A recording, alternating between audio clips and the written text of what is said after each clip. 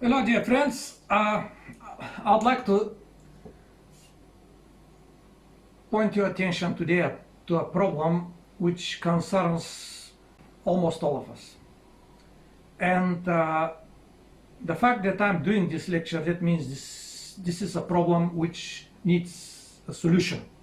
We need to solve this problem if we need to go forward and if we need to enjoy life better than what it is now. We're going to talk today about our dependence on the social media. Instagram, Telegraph, Twitter, Facebook, all of this. Throughout the lecture I'm going to use Facebook, but if you're not on a Facebook, if you're on Instagram or on the other social medias, just apply the same principle.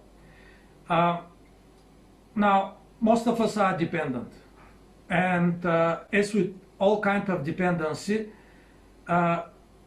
first comes with denial. We deny it. We simply deny it. We said, no, I'm not dependent. But at the same moment, we are. So how are we going to solve this problem to get rid of this dependency? What are we going to do? Because we definitely have to. Let me first ask you 10 questions. And most of us will get the point straightforward after I ask these 10 questions. And also for majority of the people that I'm asking these questions, they'll finish the lecture on the 10th question and they'll say, no more. Most of the people will do the same. But in case you need additional motivation, or out of politeness to the humble author of this lecture, you'd like to continue and to see what's going on, carry on. But let me ask you these questions. After I ask you these questions, you'll definitely will say, I don't like this anymore. Okay, first, how long after waking you look at your Facebook or Instagram or whatever it is?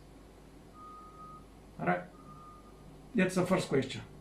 Answer it. So, second question is, can you read a book, watch a movie, or listen to music without being interrupted by your Facebook for more than 1 hour? Can you sit and read the book? We're talking about nice book, we're not talking about novels and rubbish like this. We're talking about nice, good movies, educational, historical, maybe, whatever it is. We're not talking about any kind of rubbish that's produced. Can you do this, enjoy that for more than an hour without, hey, let me check the Facebook? That's second. Third question. Do you check your Facebook while you're eating, while you're in the bathroom? Do you check it? Okay, that's 3. 4, do you use it at the church? Now the pastor is preaching and you important things. Do you use it in the church?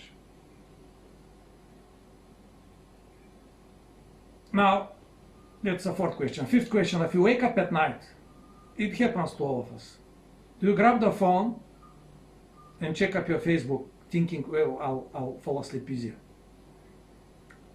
And normally, 90% of the cases you don't fall asleep and it actually drags. And in a way, in the morning you wake up tired. Okay, that's 5th question.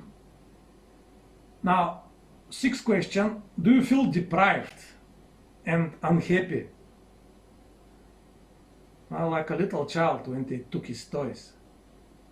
If you are not connected for a day, just imagine, for a day you're not connected, so now you feel very deprived and feel unhappy, actually feel frustrated and anxious.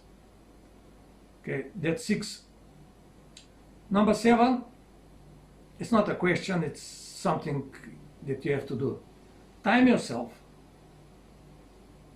put the chronometer of your phone every time you go on a Facebook or on Instagram or whatever, and time yourself for the whole day and check up how long you've been there. Be honest. Just do it for 3 days and take the average. Say, for example, on the first day, if you spend 2 hours, on the fourth day, on the third day, you spend 4 hours, and on the other day, you spend 3 hours. So 2 hours the first day, 4 hours the third day, and 3 hours the second day. You take the average of that, which is 2 plus 3 plus 4, which makes 9, divided by 3, it makes 3 hours. Takes average by 3 days. If you're too lazy to take it over 3 days, just do it for a day and check it out.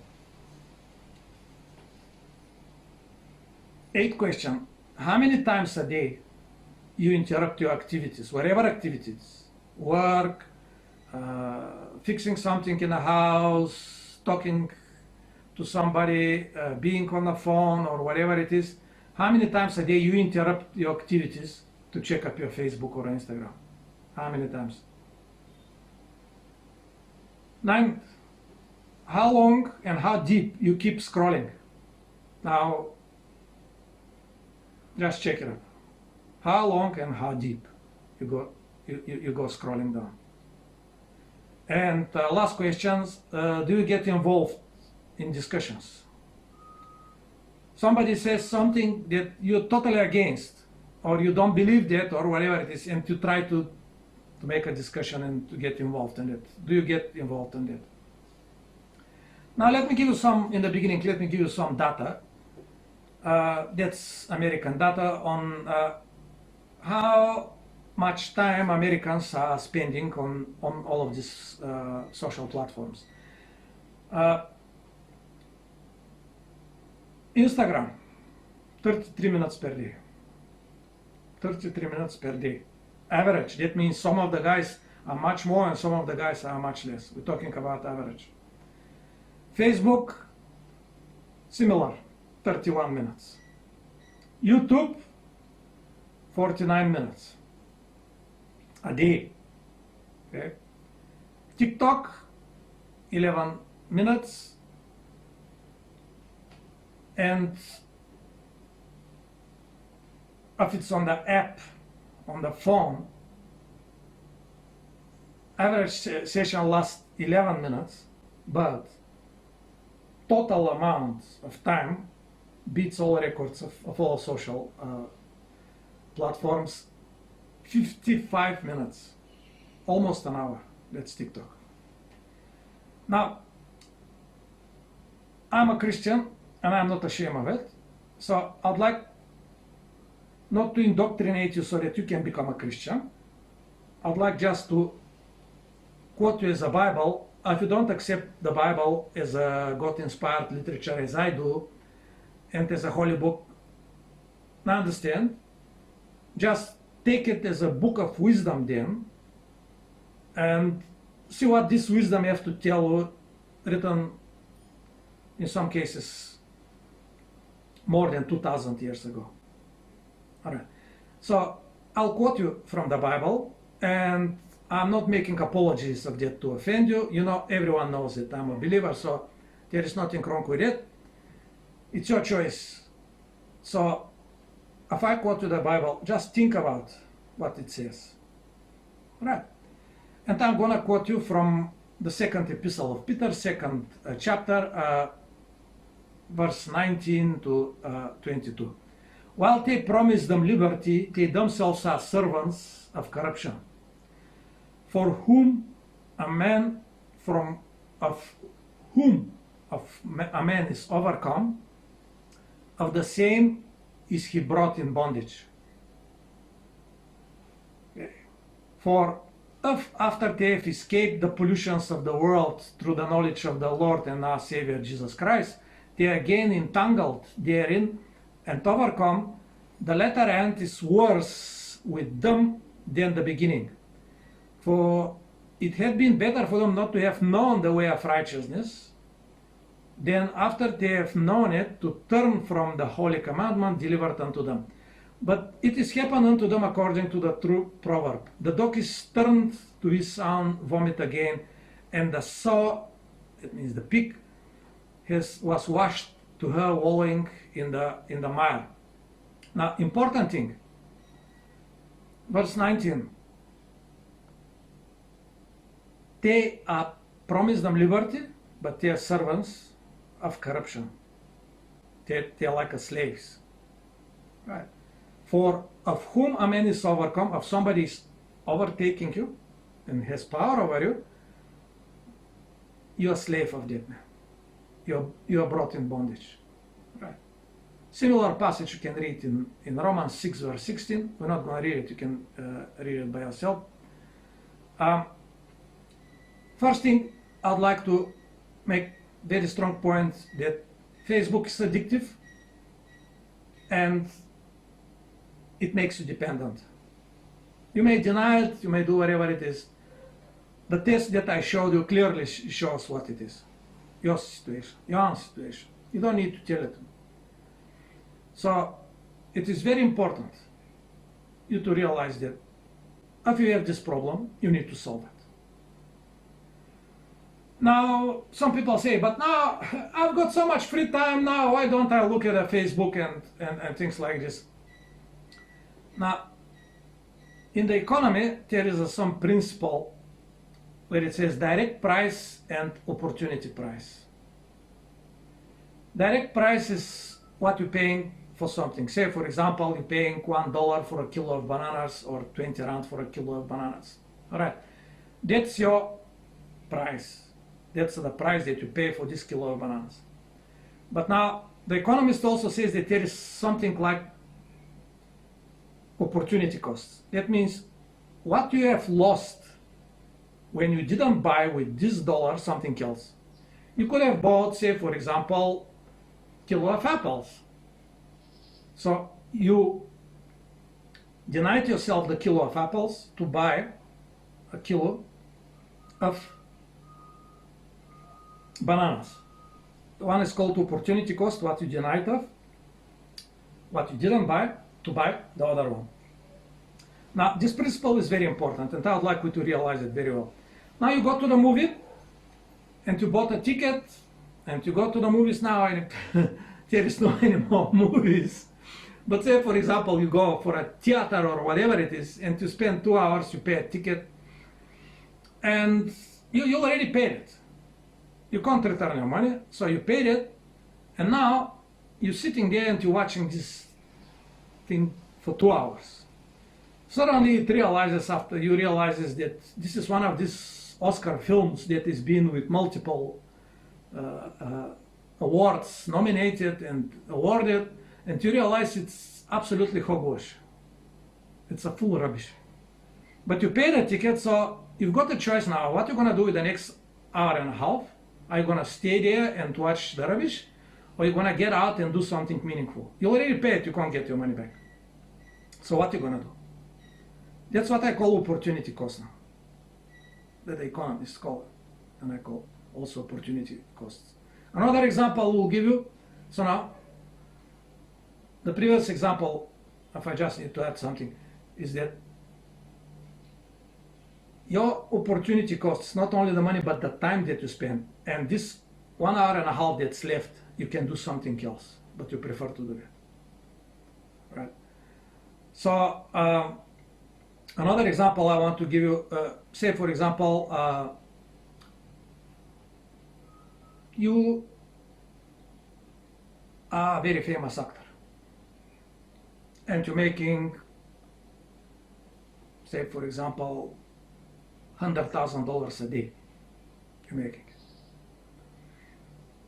But you want to save money, so instead of getting somebody to cut your grass or to clean your house, you start cleaning it by yourself. So you spend 2 hours cleaning your house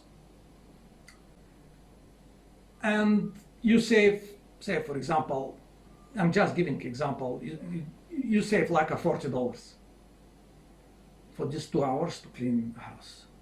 But the problem is that a day you're making 100,000 So that means 1 hour of your time, it's $12,500, but you save 40 rand. Actually, what you did is you didn't save $40 or 40 rand, whatever it is. You actually lost $12,460, because in this time when you clean the house, instead of paying 40,000, you could have done some job, learning a scenario or whatever it is, which can get you that money. You understand? That's what we're talking about, opportunity cost. What are you forfeiting? What are you losing when you make specific choice? Now, let's come back to the Facebook now. Look now, you're spending, say, for example, average time, 30 minutes on a Facebook, or 55 minutes on TikTok. So 1 hour, say, a day you are spending there. I'm not talking about interruptions, because that's a different story. We're gonna come to that. The interruptions are very bad when you start doing something and then suddenly you want to check up your Facebook because the job is getting too boring or you're getting too tired, so you want to refresh yourself, you go to the Facebook. Okay, 1 hour.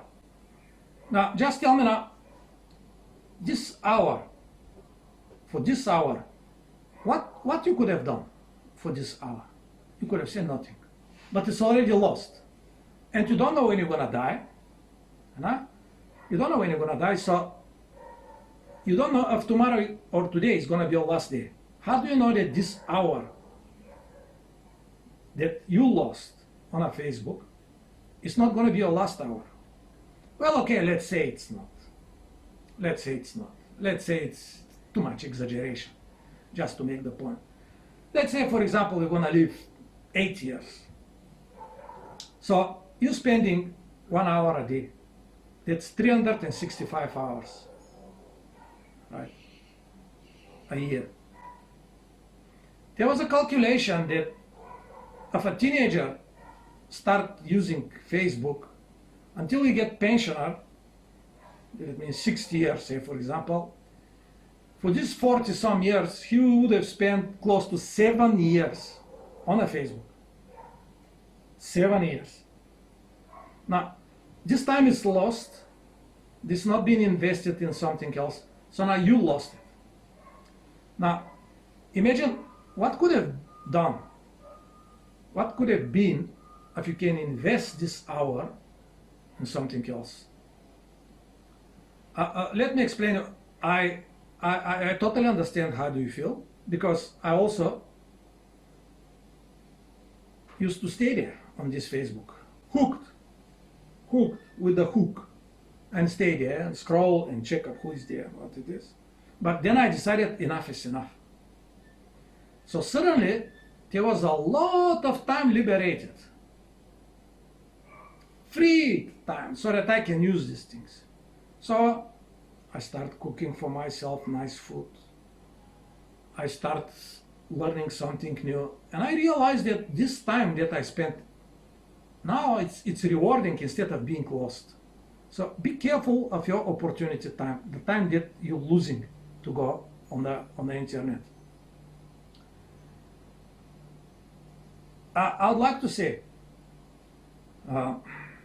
it's better even to stay and do nothing and stare at the ceiling and watch the flies or do nothing than to go on a Facebook.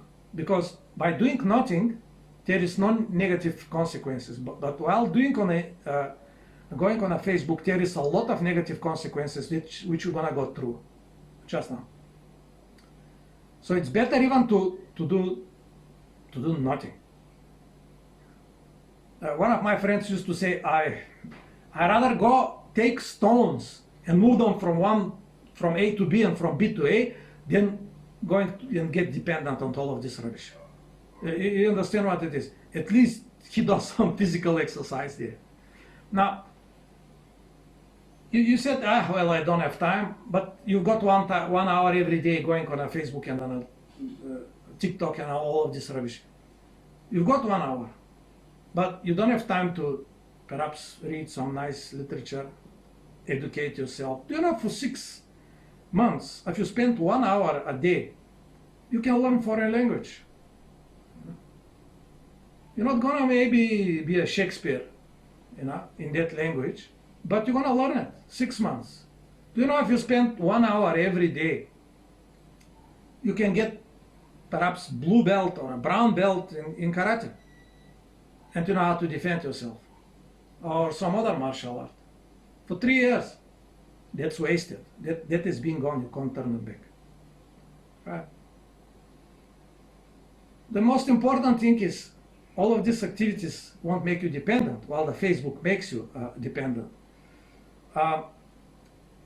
Another very bad thing on a Facebook is that it teaches you to avoid unpleasant duties.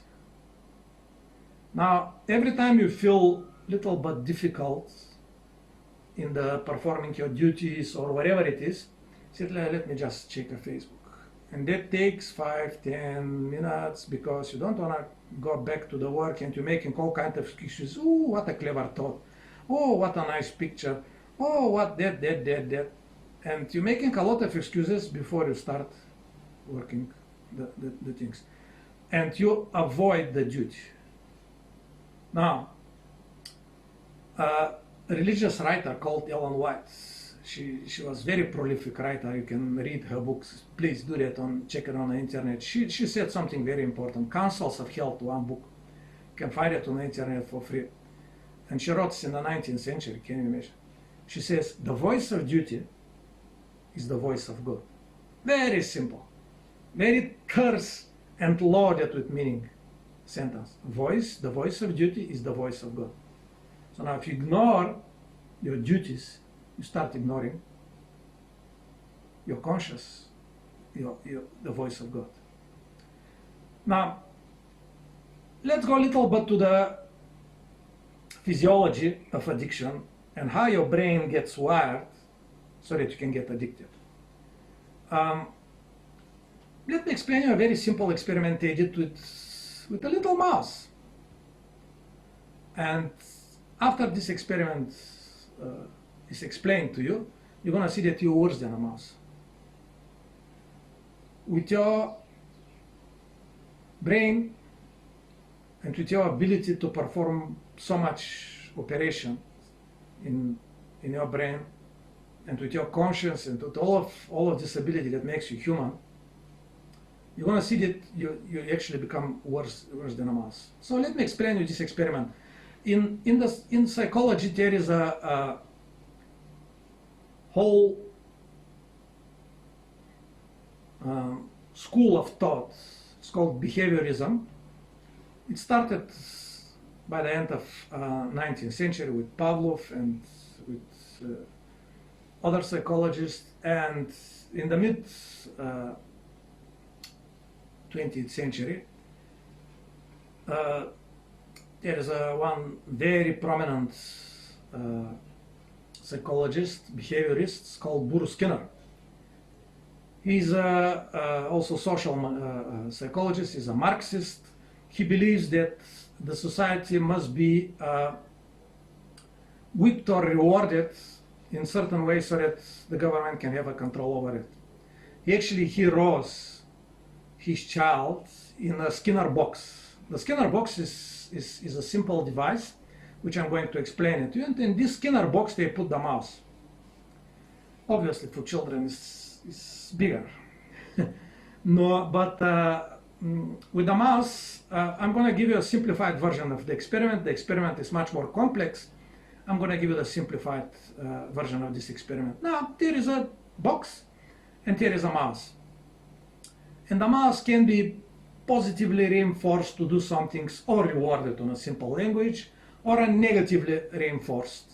That means punished for doing something.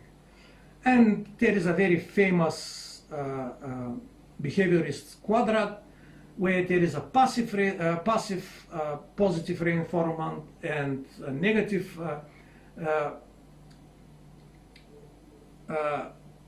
negative passive reinforcement, and also positive active and negative active reinforcement, negative, active, just give it a smack.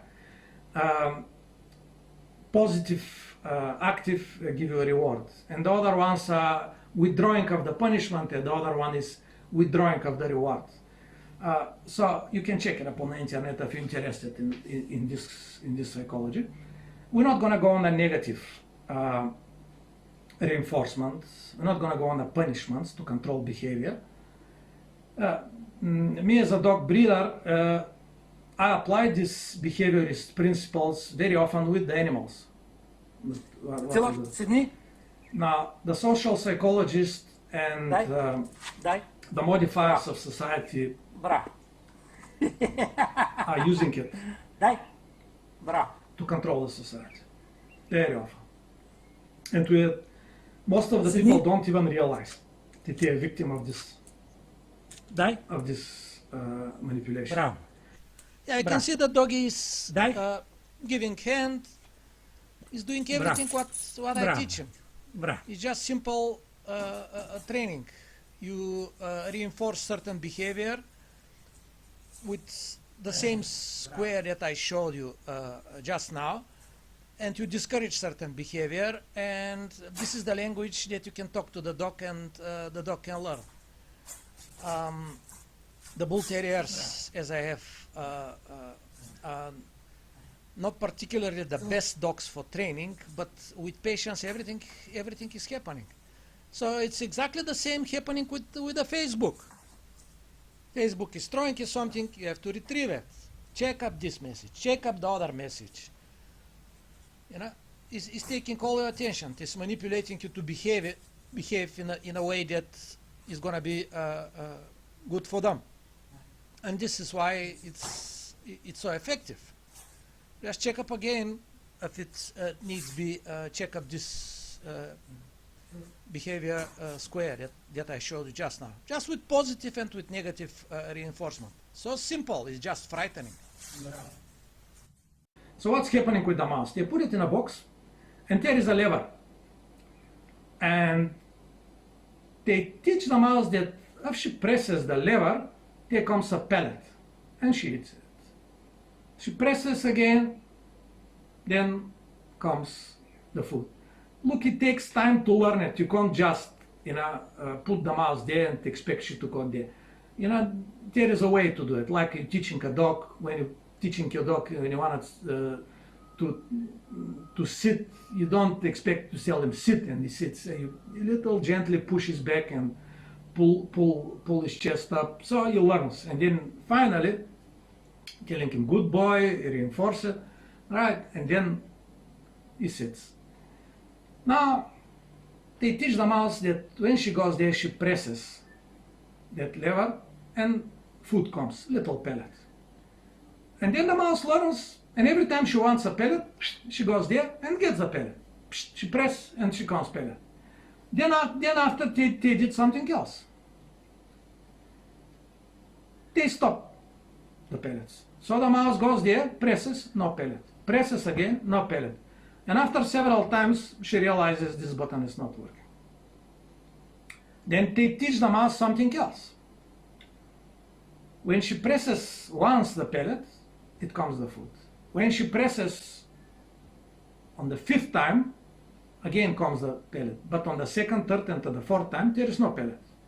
So she presses once, she presses twice, no food. She presses 3 times, 4 times, on the 5th time it comes. Eventually the mouse learns that every 5th time, food comes. So what she does is that she goes first, and then 2nd, 3rd, 4th, quickly, and then the 5th time it comes. Then again, 6, 7, 8, 9, oh, comes pellet. And then she learns every 5th time. Then they teach her every 10th time. And she does the same. 1, 2, 3, 4, 5, 6, 7, 9, 10. And she learns it. They learn. Now, something very, very important conclusion we have to make straightforward. She learns that every time on the system, where every time she presses, reward comes, she carries on pressing. She learns also that if nothing comes, she stops pressing. She learns also when, with specific known interval, say 5 or 10, She learns also that. Now, with all of these things, she didn't get addicted. She presses only when she wants pellet. All right, she's not addicted. She presses when she wants, and obviously when there was nothing, she unlearned this behavior. Now, the experimentators did something very interesting. Instead of making every fifth or every time, 10th time, they make it the reward. No? They made the coming of the reward and the rewarding of the mouse in variable ratio reward. If you want to know it by a scientific name, variable ratio positive reinforcement or variable ratio reward. What it means then? The pellet comes, say, for example, on the second time, then it comes on the fourth time, then it doesn't come until the 10th time. Then it comes on the 13th time, then on the 15th, then on the 21st, then on the 24th, and so and so. There is no pattern when these things will come. And you know what happened with the mouse? She sits there and all day, dang, dang, dang, dang, dang, dang, dang, dang, dang, dang, dang, dang, dang, dang, dang, dang, dang, start pressing it. Because she doesn't know when the reward will come. You understand, that's very important way to get it. Exactly the same thing happens with the Facebook. We don't know when the like will come. We don't know when the message will come.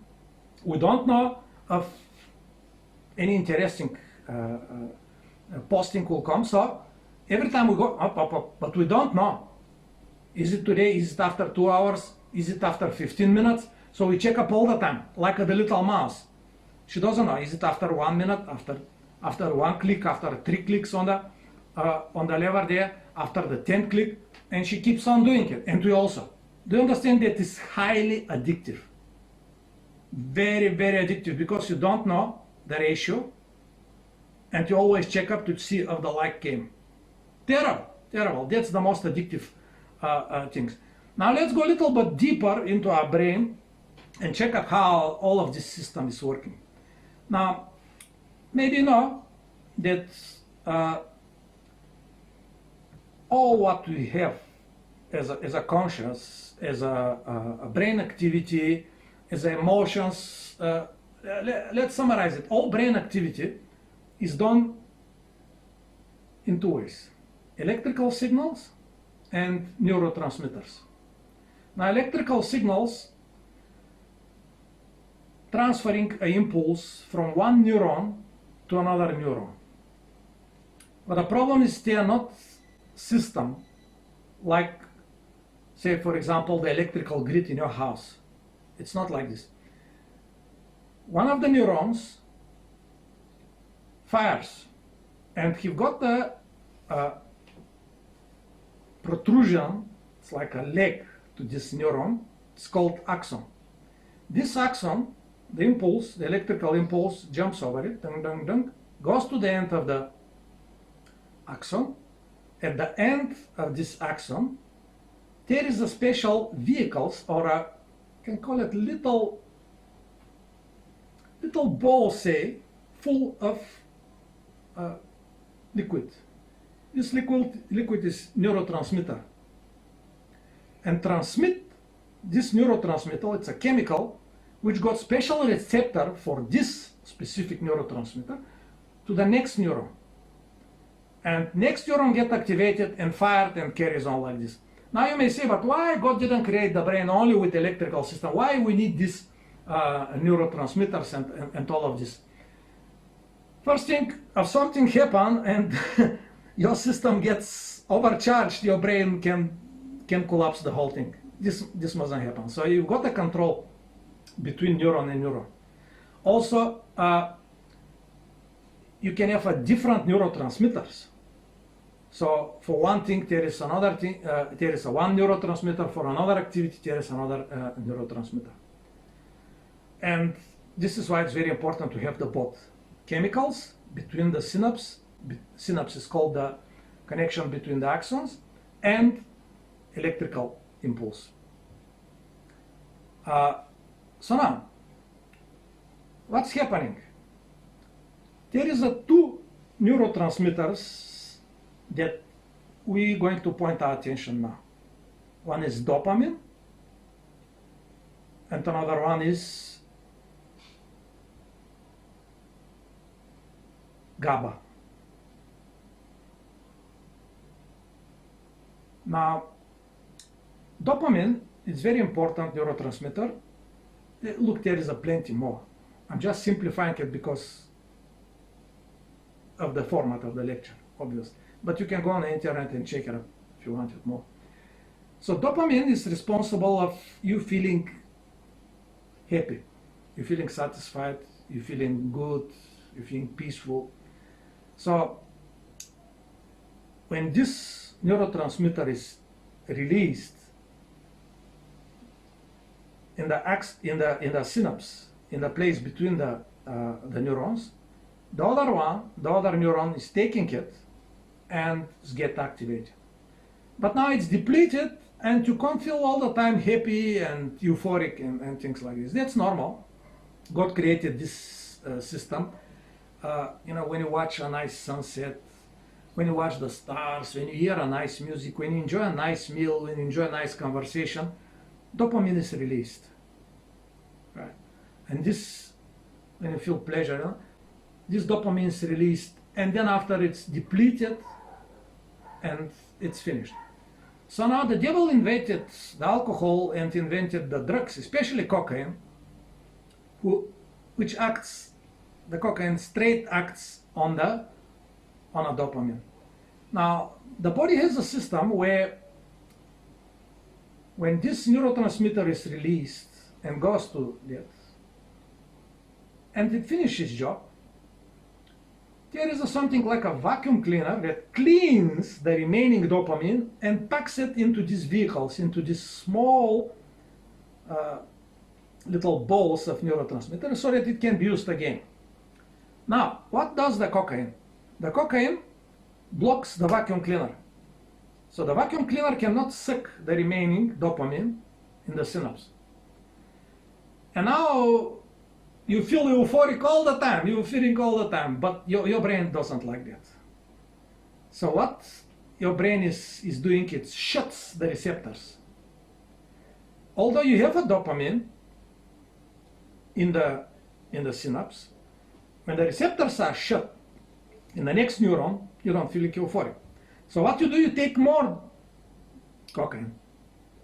Now the more cocaine goes there, it squeezes the neuron to release more dopamine. It goes to the next, to the synapse, that means the space between the neurons, and activates the remaining receptors which are not activated.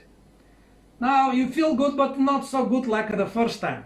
When the first time you take a cocaine, it felt great. Now second time not so good, because your brain doesn't like this feeling euphoric for a long, long time, because this actually is, it creates a lot of energy problems of the brain and disactivation and this intensity of feeling. It's not what the brain likes. And he shuts it. All right. So now you start getting more and more and more dopamine, and now it's not anymore pleasure, but now you became so addicted that if you don't take drugs, you'll feel very, very bad and very, very, very down. You understand? So now, in the beginning, the sin was pleasure, and it lasted a few moments, but then after the pleasure gets less, but you're doing the sin, you're doing the drugs or whatever sin, you're doing more and more and more dopamine you want to release, and eventually you may kill yourself of overdose. That's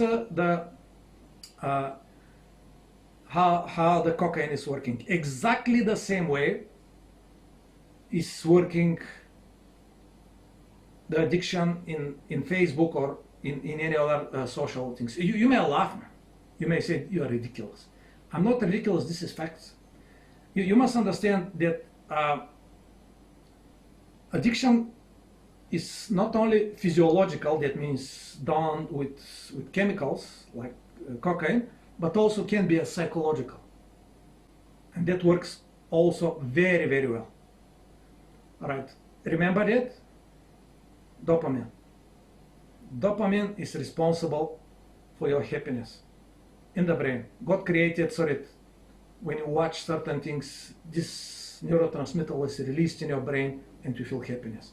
This is found in the limbic system. That means if you take your brain and you open it in half, in the middle of the brain, between the hemispheres, on the edge, this is why it's called limbic, from the French limbe, which means edge. Then you have this system which is found, system of rewarding. Now, there is a certain nucleuses. We're not talking about nucleuses of the cell of the neuron. We're talking about a place where a lot of neurons are gathered together with the same functions. And I just want to point to you several of them. Now, if you want to go into deep details, please go on the internet and doing it. I'm following here the explanations when I studied a course in neurology by Professor Janet Norton in University of Vanderbilt in USA. So what's happening there is the brain. You can see now in this limbic system down at the bottom, it's called one of the things called ventral. Ventral means in the spatial hole, ventral, tegmental area. This area releases these neurotransmitters with the synapses and everything. It goes to the second area, which is called nucleus accumbens septi, and these two areas communicate themselves. These two nucleuses or gathering of neurons, they communicate themselves so that you can feel pleasure. Then it goes also from the orbitofrontal cortex, which is just above the orbits of your eyes, and then it goes to the prefrontal cortex. These two areas are responsible for your planning and of your conscious activities. Well, the other two are a little bit more emotional, a little bit more connected with, not so much with planning and with the intelligence. They're planned only with the pleasures. So now it releases, and all of these protrusions of synapses and neurotransmitters are released to all of these three areas. We're talking about roughly, right? And this is how your brain wiring is done. Now, when you start enjoying something, as I say, you're feeling like a euphoric, like this. But if it's an addictive activity, be it drinking or a cocaine or a Facebook, what's happening is your brain doesn't like this presence of too much chemicals. So he tried to compensate it, not with euphoria, with dysphoria. Now, those of you that studied chemistry know the Chatelier principle. The Chatelier principle says that if there is one thing that causes stress on the system does totally the opposite. Say, for example, you rise the concentration of the one of the reactants. The system will do everything to push down the concentration. If you raise the temperature, the system will do everything to lower the concentration, the temperature, right? So that's a Le Chatelier principle, that's chemical principle, and that works also here. If there is some activity of the brain tries to compensate it, to moderate it. Now, the brain compensated with dysphoria, not with euphoria, with dysphoria. Withdraws all of this, makes the receptors insensitive or stop or suck a few, if you don't use cocaine, if you don't block the vacuum cleaner, the reuptake system, if you didn't put an inhibitor on that system, so the brain is going to suck it back. So you don't feel now anymore that good. So you start feel depressed, you get irritable, and then we want more and more and more. See, that's very important. Way to get it. So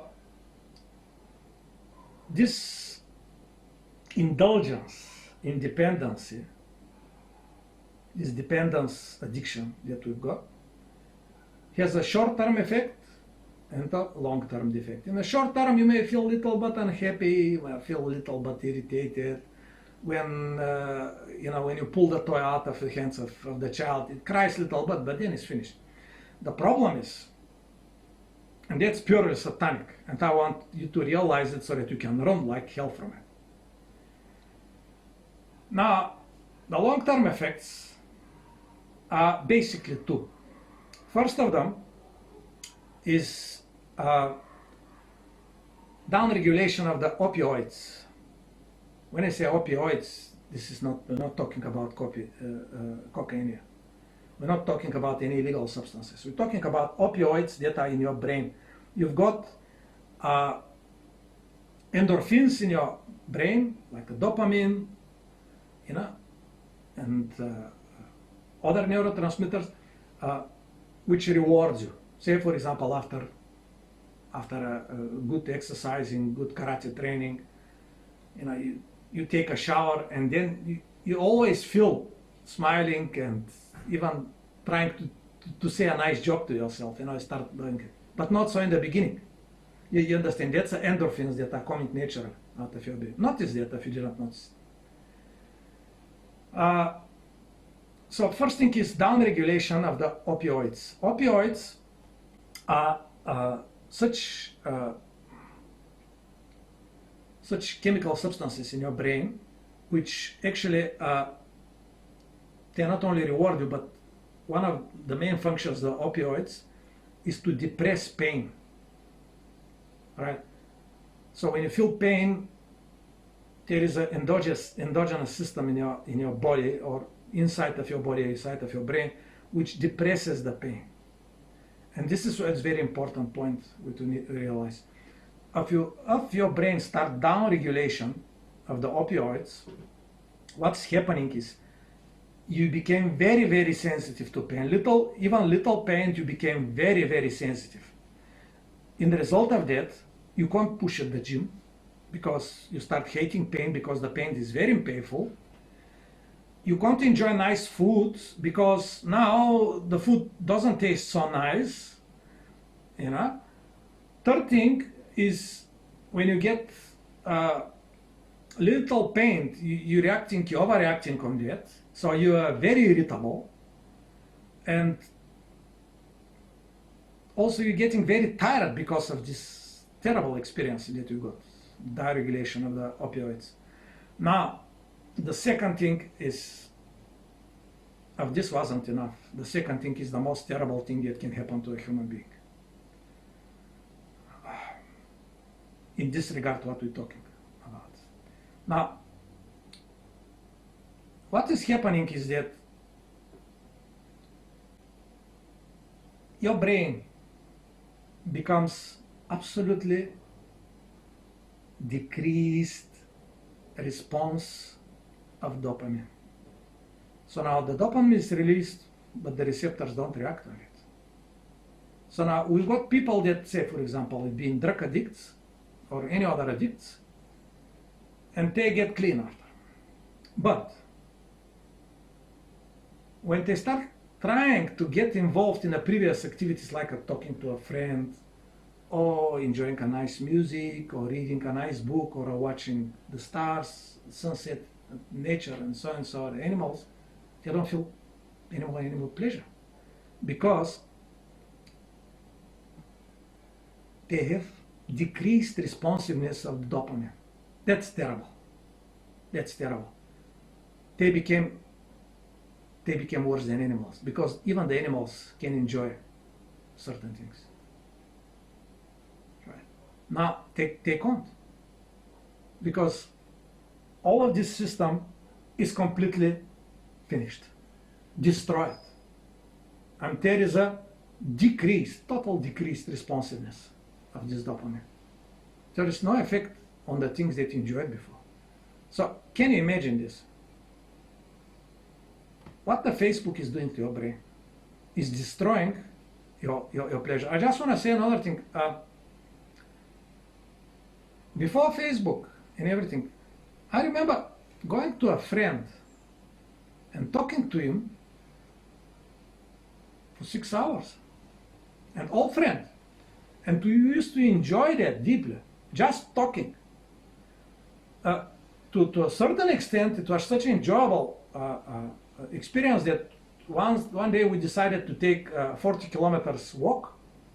To start very early in the morning and came very late in the evening, around 7 o'clock in the evening. We came back, just a walk in the forest, and it was so nice. Where can you see somebody addicted in Facebook enjoying such a thing? This is why one of the questions of the test is, can you sit and read a nice book for 1 hour without checking the Facebook? You need to check it. Oh, who called me? Oh, what happened there? The addicted person can't enjoy it. Can you enjoy just sitting on the beach and watching sun rising, or the seagulls crying, or just going to the forest, enjoying the flowers, enjoying the birds singing? You see, we start depriving ourselves of things that God gave us to enjoy. Very simple things. It is terrible what this Facebook is doing to us. So, no more pleasure. No more pleasure. Another thing I want to tell. What about the concentration and memory?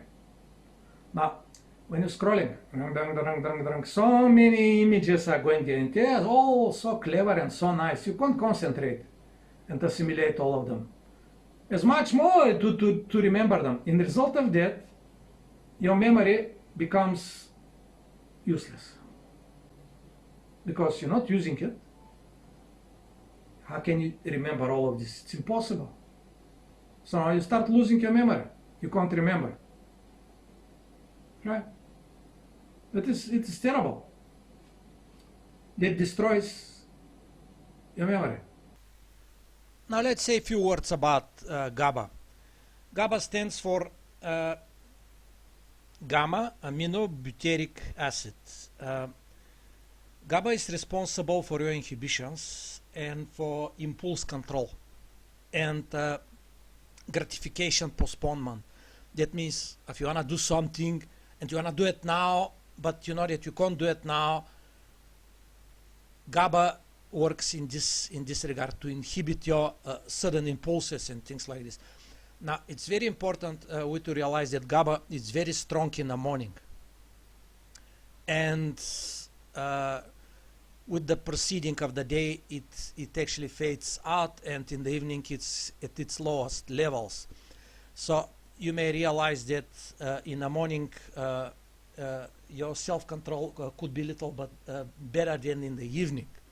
We're talking comparative. We're not talking about absolute. You know, if you don't have self-control at all because you're destroyed by Facebook, you know, GABA is not going to help you.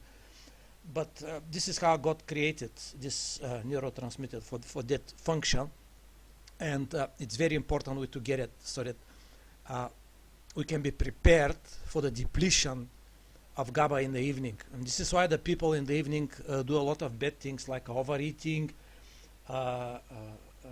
revelry, going to nightclubs, and all other things. You know, then the inhibitions are released. They are not anymore there. There is no neurotransmitter to mediate this. And be very careful.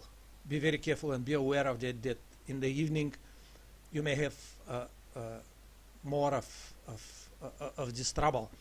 And it's completely natural. God created all of this mechanism because in the evening it's a time for sleeping. It's not time for jollying and fun and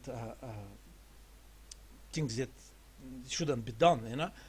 But the people turn it backwards like everything else. So be aware of that and of the influence of GABA.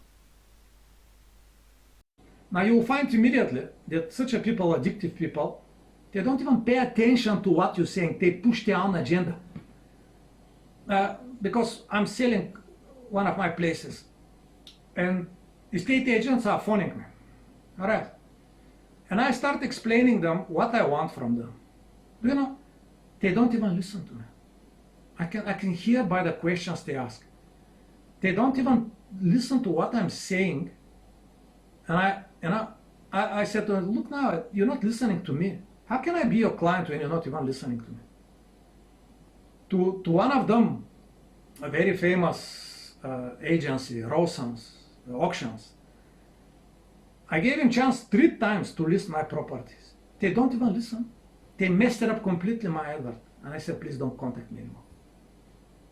You're gonna see immediately people just filter what you're saying. They can't concentrate. Can you imagine? Now, if you can't concentrate, how can you memorize something?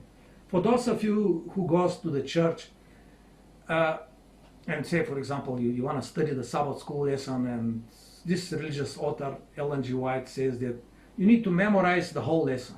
The most important verses of the whole lesson you need to memorize. Now, how many of you are doing this? I'm doing it since 34 years. Because I've got time. I don't have Facebook. You understand? The Facebook didn't destroy my memory, didn't destroy my concentration. And though my memory is not brilliant by nature, with exercises, it gains momentum. And I can tell you the lesson for the next week. You just phone me if you want, and I can tell to prove it. So it's possible to start getting your memory right and your concentration. And you're gonna see that because of that, look now, intelligence is based on these things, on the memory and on the concentrations. There is no intelligence without memory. See? Even people used to say, he's stupid, he can't remember. You understand? So it is very, very important to realize what this Facebook is doing to us. Now, this breaking of the memory and breaking up of all our human abilities that God gives us is very easily described in the Bible. Paul writes in the letter of Ephesians chapter 4 verse 19, it says, they become callous. Nobody there. They gave themselves to promiscuity, depravity, for the practice of every kind of impurity, with the desire for more and more and more and more and more. Can you imagine? Remember it. Desire for more and more. Desire for more and more.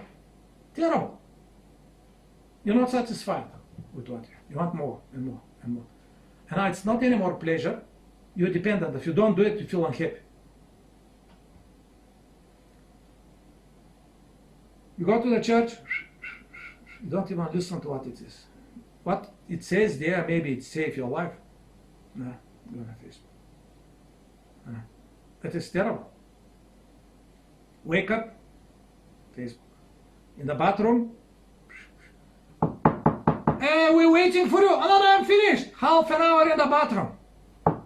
Come on now. Somebody else wants to come. No, I'm finished, Anna. Half an hour sitting there. Yeah. But people make excuses. They say, oh, there is a lot of interesting things on Facebook you can learn. Yeah?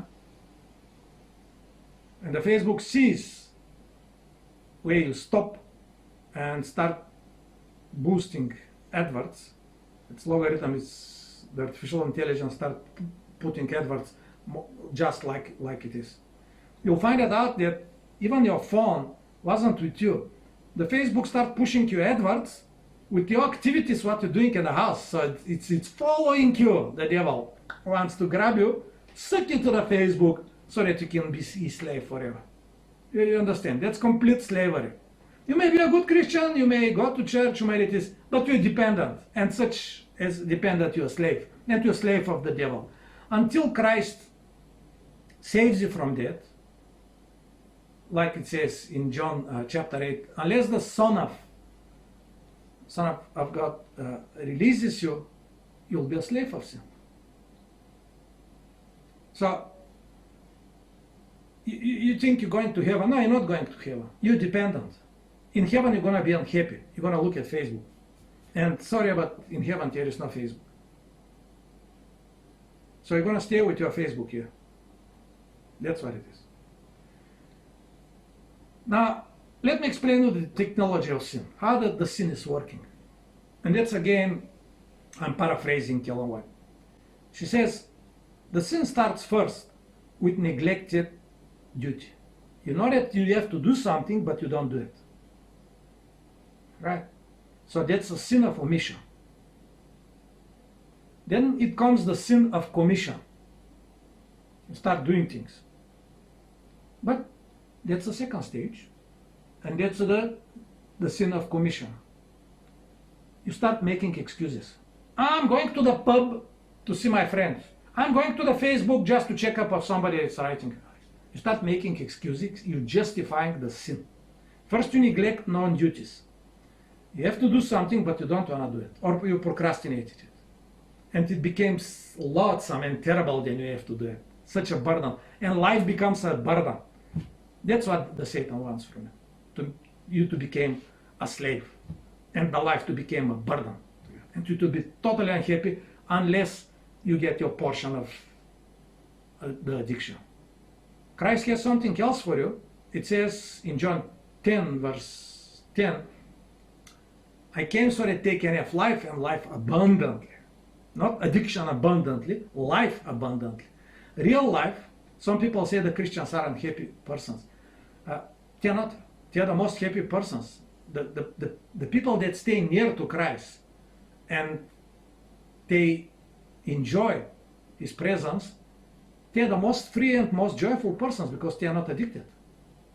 James 2 verse 12, it says, so act and so do so that you're going to be judged by the perfect law of freedom.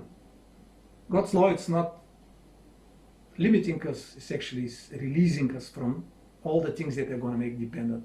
Remember, God gives you all of these things that you have to do, all of these prescriptions of your life, it gives so that you can be happy. He doesn't need your obedience. He wants you to be happy. So second one is excuses. And you start making excuses. First one is neglect, second is excuse, and the third one is you getting proud. Do you know I can drink a whole liter of whiskey without getting drunk? You understand? Then you start getting proud of yourself. Neglect, excuse or justification, and pride of the sin. Check up yourself which stage you are. Because the sin is progressive. The sin is a force. And if you know physics, the force causes acceleration. Causes acceleration. You will accelerate in this. It goes down, down, down, down, down. Now, because of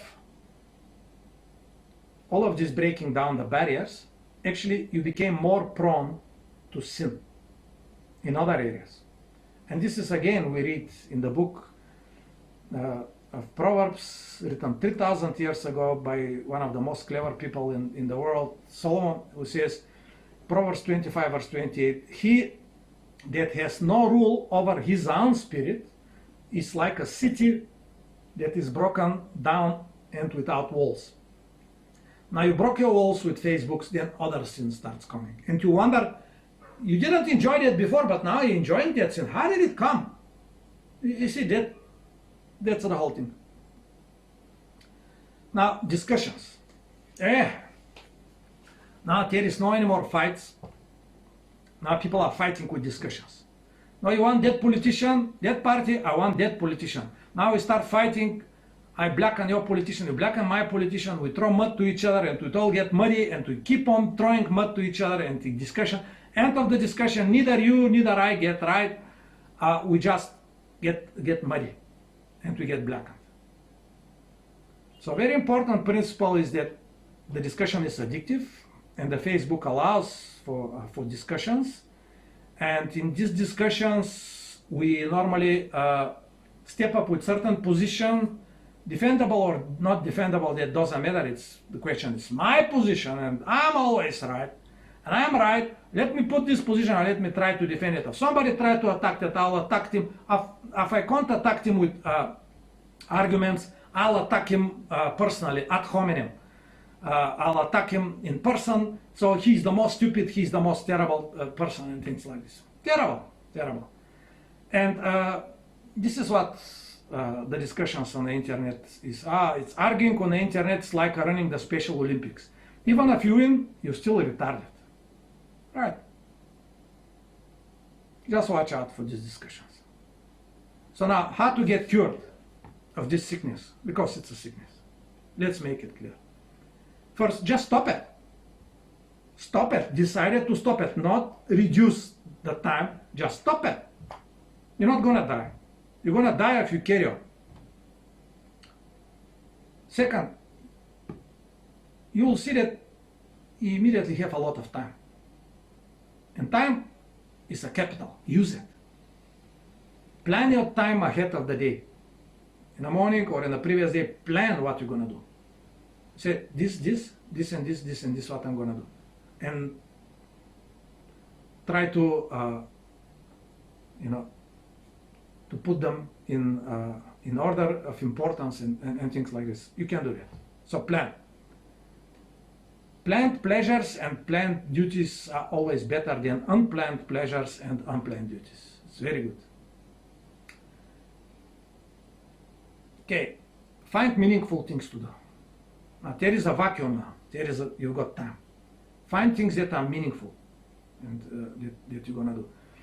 And that they reward your existence, your capital, your spiritual, your material well-being, your family well-being. Try to do things that reward, like reading a nice book, put in your phone books. I've got hundreds of books, good books, science, history, that I read on my phone. Now, if you don't know another language you want to study, learn that language.